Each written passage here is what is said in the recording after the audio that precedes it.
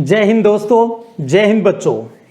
हम भूगोल की दूसरी बुक भारत, लोग और अर्थव्यवस्था के अंदर पहले अध्याय को समझ रहे हैं, जिसमें आज का अपना टॉपिक है जनसंख्या संगठन अर्थात कंपोजिशन ऑफ पॉपुलेशन। सबसे पहले तो हम ये जानते हैं भी जनसंख्या संगठन में हम किन चीज़ों का अध्ययन करते हैं और वो क्या क्या चीज़ें हो सकती है। तो देखिएगा, इसके अंदर किसी भी देश की जनसंख्या की सामाजिक विशेषताओं का अध्ययन है वो किया जाता है और इसमें हम आयु व लिंग का विश्लेषण करते हैं, मानव जातीय लक्षणों को समझते हैं, जनजातियों के बारे में अध्ययन करते हैं, वैवाहिक स्थिति को समझते हैं भी कितने कुंवारे हैं, कितने शादीशुदा हैं। इसके अंदर हम लिटरेसी शिक्षा अर्थात हम साक्षरता को समझते हैं। इसके अंदर हम उस देश की भाषा के बारे में समझते हैं, उस देश के धर्म के बारे में और वहाँ के लोगों के द्वारा किए जा रहे काम यानी व्यवसाय के बारे में जानते हैं और साथ में निवास स्थान अर्थात ग्रामीण और नगरीय जनसंख्या का अध्ययन है वो करते हैं। तो आप पहले तो ये समझिएगा कि जनसंख्या संगठन यानी कंपोजिशन कह लीजिए, स्ट्रक्चर कह लीजिए पॉपुलेशन की भी, उसके अंदर इन बिंदुओं का अध्ययन किया जाता है। फिर बात ये आती है भी हम हमारे सिलेबस के अकॉर्डिंग किन किन चीज़ों के बारे में पढ़ेंगे। तो आपको बताना चाहूँगा, हम भाषा, धर्म, व्यवसाय और निवास स्थान इन 4 पॉइंटों के बारे में इस अध्याय के अंदर अच्छे से जानेंगे और इसकी शुरुआत करते हैं हम निवास स्थान अर्थात ग्रामीण और नगरीय जनसंख्या के ऊपर। तो भारत के अंदर आप देखेंगे, भारत आपको पता है गांव का देश है। भारत के अंदर जो ग्रामीण जनसंख्या है यानी ग्रामीण जनसंख्या किसे कहेंगे, गांव में रहने वाली जो पॉपुलेशन होती है उसको ग्रामीण जनसंख्या कहा जाता है। नगरों अर्थात शहरों में रहने वाली जो पॉपुलेशन होती है उसको नगरीय जनसंख्या कहा जाता है।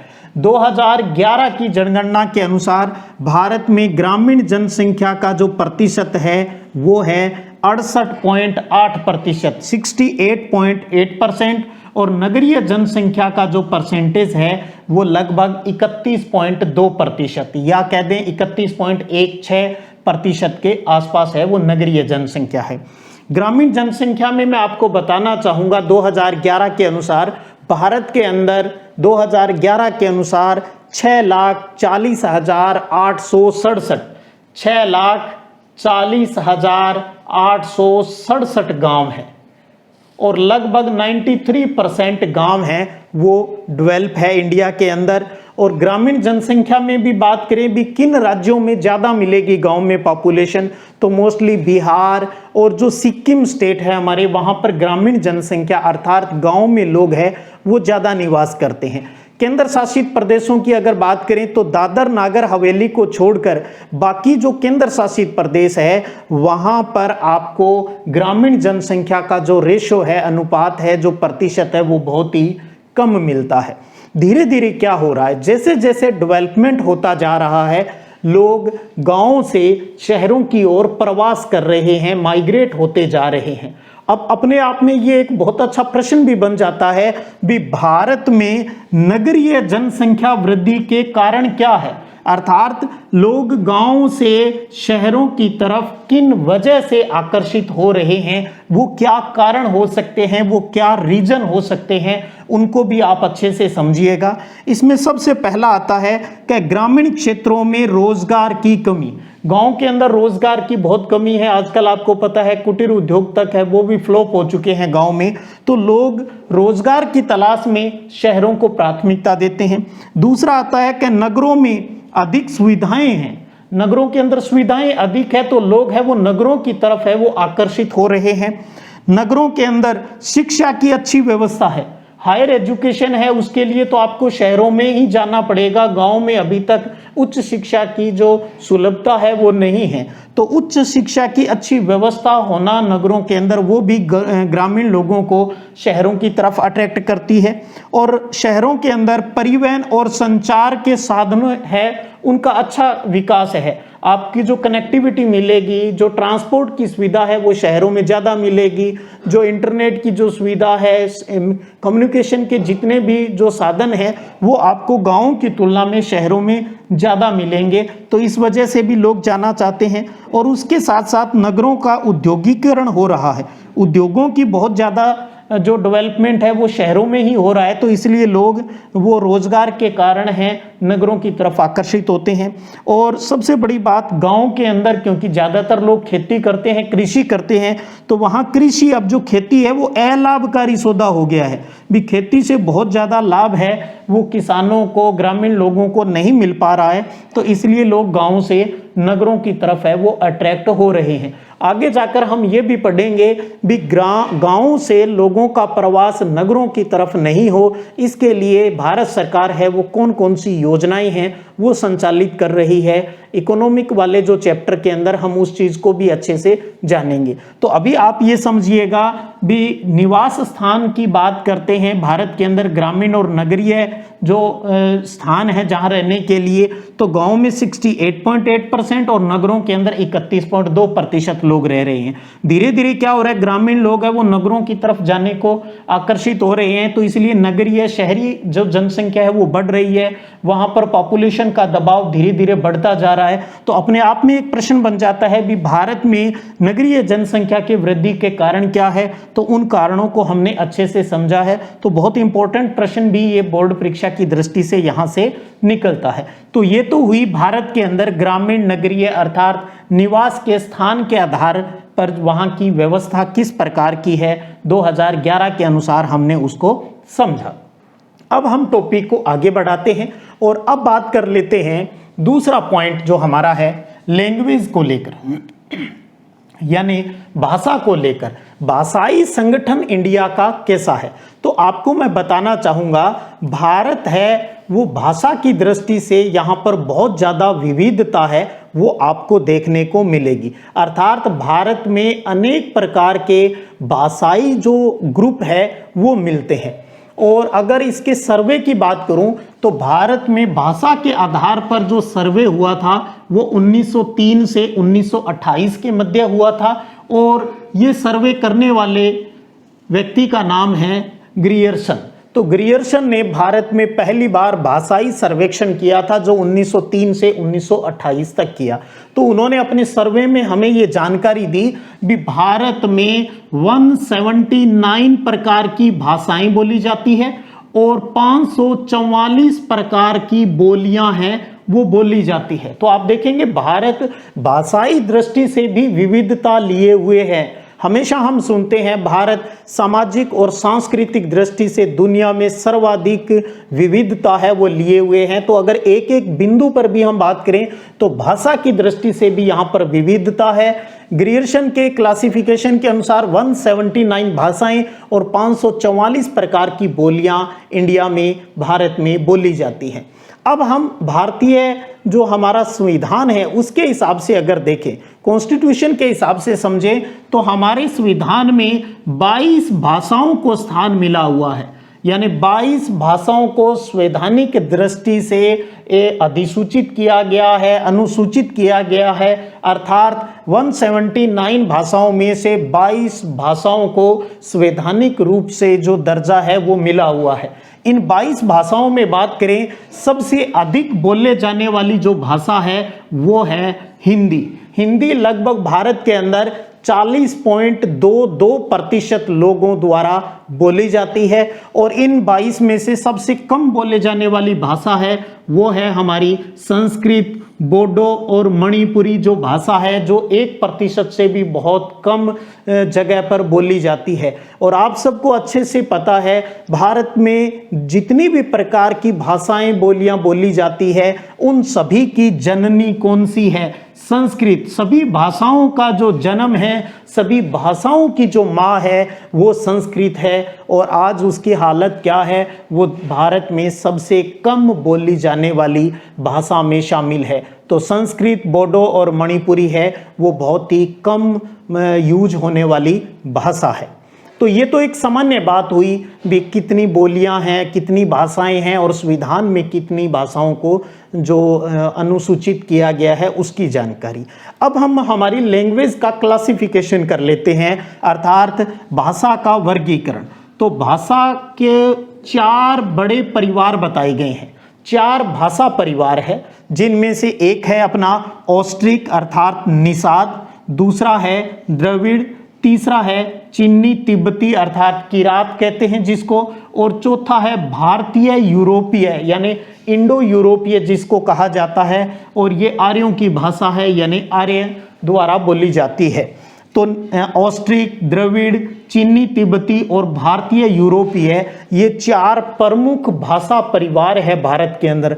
आप ऐसे समझिए भी जितनी भाषाएं बोली जाती है उनको 4 बड़े परिवारों में बांट दिया गया है, जिसमें से ऑस्ट्रिक भाषा है वो 1.38% लोगों द्वारा बोली जाती है, द्रविड़ भाषा है वो 20% लोगों द्वारा बोली जाती है, चीनी तिब्बती भाषा जो है 0.85% लोगों द्वारा बोली जाती है, और भारतीय यूरोपीय भाषा है वो 73% लोगों द्वारा बोली जाती है। तो इन 4 भाषा परिवारों में भी अगर आप गौर करेंगे तो एक तो जो द्रविड़ है जो 20% हो गई, और दूसरी इंडो यूरोपीय है 73, अर्थात इन दोनों को अगर हम जोड़ें तो आप समझेंगे भी भारत में सबसे ज़्यादा तो यही 2 परिवारों की भाषाएं बोली जाती है। 93% जो लैंग्वेज है वो द्रविड़ और भारतीय यूरोपीय भाषा है वो बोली जाती है। सामान्य समझने के लिए आप इसको इस प्रकार से समझ सकते हो भी द्रविड़ भाषा है वो मोस्टली दक्षिणी भारत के अंदर बोली जाती है मुख्यतः, और भारतीय यूरोपीय जो भाषा है वो उत्तरी भारत, उत्तरी पूर्वी और पश्चिमी जो भारत या मध्य भारत है वहाँ पर ये ज़्यादा भाषा है वो बोली जाती है। और आपको बताना चाहूँगा अगर पूरी दुनिया के साथ अगर हम हमारा कंपैरिजन करें तो इंग्लिश बोली जाती है दुनिया में, और चीनी भाषा मंदारिनी जिसको कहा जाता है, इन दोनों के बाद तीसरी दुनिया में सबसे ज़्यादा बोले जाने वाली भाषा है वो हमारी हिंदी भाषा है, जिसको भारत के अंदर राजभाषा का दर्जा है वो संविधान में मिला हुआ है। अब एक चीज़, आजकल जैसे ही अंग्रेज यहाँ पर आए और अंग्रेजी आपको पता है एक इंटरनेशनल लैंग्वेज बन गई है, दूसरे देशों के साथ अच्छे से संवाद कम्युनिकेशन करने के लिए आज हमारी इंग्लिश भी अच्छी होना जरूरी है। और आज आप देखते हो किसी भी ऑफिस में कोई भी हम फॉर्म भरते हैं तो वहाँ हिंदी के साथ साथ इंग्लिश के अंदर भी जो फॉर्म है वो आपको मिलता है, या कई बार फॉर्म है वो आपको इंग्लिश में ही मिलता है। तो यानी हिंदी के साथ साथ अंग्रेजी भाषा का उपयोग भी आजकल कार्यालय यानी सरकारी जो कार्य होते हैं उनके अंदर इस्तेमाल किया जाता है। और दक्षिणी भारत में क्योंकि आपको पता है हिंदी कम बोली जाती है, जब भारत में हिंदी को राष्ट्रभाषा बनाने की बात आई थी तो दक्षिणी भारत के लोगों ने काफ़ी विरोध किया था, इसलिए हिंदी हमारी राष्ट्रभाषा नहीं बन पाई, वो सिर्फ हमारी राजभाषा बनकर रह गई। तो दक्षिणी भारत के अंदर वहाँ की लोकल लैंग्वेज के साथ साथ जो सरकारी कार्य है वो अंग्रेजी भाषा में भी आजकल किए जाते हैं। तो ये एक सामान्य जानकारी आपके पास हो गई भाषाई वर्गीकरण की। भी 4 भाषा परिवार है, ऑस्ट्रिक, द्रविड़, चीनी, तिब्बती और भारतीय यूरोपीय, और कितने प्रतिशत लोगों द्वारा बोली जाती है इसकी जानकारी मैंने आपके साथ साझा की। उम्मीद करता हूँ आप इसको अच्छे से समझे भी होंगे। अब हम इस भाषाई वर्गीकरण को थोड़ा सा और आगे बढ़ा लेते हैं, और आप अपनी स्क्रीन पर अब इन सभी भाषा परिवारों को अच्छे से जान पाएंगे। भी इस परिवार को उप परिवार में बांटा गया है, फिर उप परिवार को शाखाओं में बांटा गया है, और फिर आगे वाक क्षेत्र यानी बोलने वाले जो राज्य हैं, केंद्र शासित प्रदेश हैं, उनकी सामान्य जानकारी दी गई है भी कहाँ पर किस प्रकार की बोली है जो ज़्यादा बोली जाती है। तो इस कड़ी में आप अपनी स्क्रीन पर आप देख पाएंगे। सबसे पहले बात करें अगर ऑस्ट्रिक की, जो ये 2 उप परिवारों में बांटा गया है, सब फैमिली है इसकी। पहली है ऑस्ट्रो एशियाई और इसकी 2 शाखाएं हैं, मोन खमेर और दूसरी है मुंडा। मोन खमेर है वो मेघालय निकोबार द्वीप समूह में बोली जाती है। मुंडा जो इसकी शाखा है वो पश्चिम बंगाल, बिहार, उड़ीसा, असम, मध्य प्रदेश और महाराष्ट्र में बोली जाती है। जबकि ऑस्ट्रिक परिवार का जो दूसरा सब परिवार है, सब फैमिली है, ऑस्ट्रोनेशियन, इसकी कोई शाखा नहीं है और ये भारत के अंदर नहीं बोली जाती है। अब ये भारत के बाहर के कुछ क्षेत्रों में बोली जाती है। इसके बाद बात करें हम द्रविड़, जो 20% लोगों द्वारा बोली जाती है, तो इसे कई शाखाओं में बांटा गया है। 3 शाखाएं हैं इसकी। दक्षिणी क्षेत्र में बोलने जाने वाली है वो दक्षिण द्रविड़, जिसमें तमिलनाडु, कर्नाटक और केरल राज्य की लैंग्वेज आती है।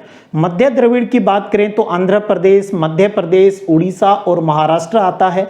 उत्तर द्रविड़ की बात करें तो बिहार, उड़ीसा, पश्चिम बंगाल और मध्य प्रदेश के जो क्षेत्र है वो इसके अंदर शामिल है। अर्थात इन राज्यों में इस प्रकार की जो भाषा है वो बोली जाती है।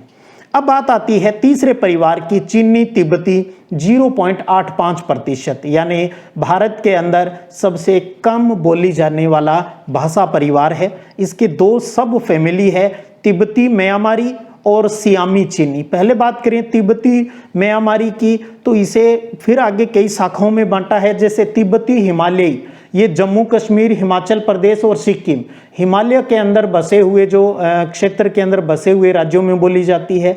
उत्तरी असम की बात करें तो अरुणाचल प्रदेश राज्य में ये भाषा है वो बोली जाती है। सियामी चीनी सब फैमिली के अंदर आता है। असम म्यांमारी जो आता है ये असम, नागालैंड, मणिपुर, मिजोरम, त्रिपुरा और मेघालय राज्य हैं वो इसके अंदर आते हैं। अर्थात मोस्टली मोटी मोटी बात करें तो उत्तरी पूर्वी जो राज्य हैं, भारत के उत्तरी पूर्वी राज्य और हिमालयी जो राज्य हैं वहां पर चीनी तिब्बती भाषा बोली जाती है, क्योंकि ये जो क्षेत्र है वो चीन और तिब्बत की सीमा पर या उसके आसपास का क्षेत्र है। तो आपको पता है पड़ोसी की भाषा का यहाँ पर काफ़ी प्रभाव है वो पड़ता है। उसके बाद में सबसे बड़ा भाषा परिवार आता है भारत में, भारतीय यूरोपीय या इंडो यूरोपियन, जिसे आर्यों की भाषा कहा जाता है। 73% लोगों द्वारा बोली जाती है।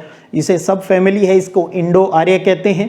इसकी शाखाओं की बात करें तो ईरानी यानी फारसी भाषा की बात करें तो ये भारत से बाहर बोली जाती है, ईरान के अंदर बोली जाती है।